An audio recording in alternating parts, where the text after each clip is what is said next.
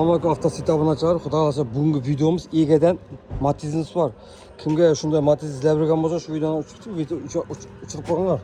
Qasam ochib. Mashinamiz prosto gidra bo'ladimi? Gidrami? Gidra prosto ekan. Biroq 17-yil ishlab chiqarilgan do'stlar. 121 kilometr yurib turibdi deydi. Halol yurib turgan do'stlar. 40 milliondan kelishlayapti deyapti. Maşinimiz radyo diyordur. Taptaza 3 porsiyon bu ha. Evet, 3 porsiyon. Kelişip beresiz ama? Evet, benim. 40'tan. Evet. Katıkan bakamasa, barter var mı? Barter yok dedi. Ben maşinimiz 40 milyondan kelişet. Balon geçecek, balon zor satsan yatıptı dostlar. 120 kilometre appak sivet. Tayım maşin.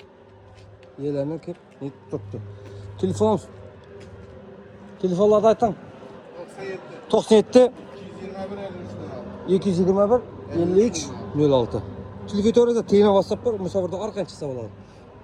Kalmalı telefon alsanlar болады dostlar. 40 milyon so'm kelishadi 17-yil.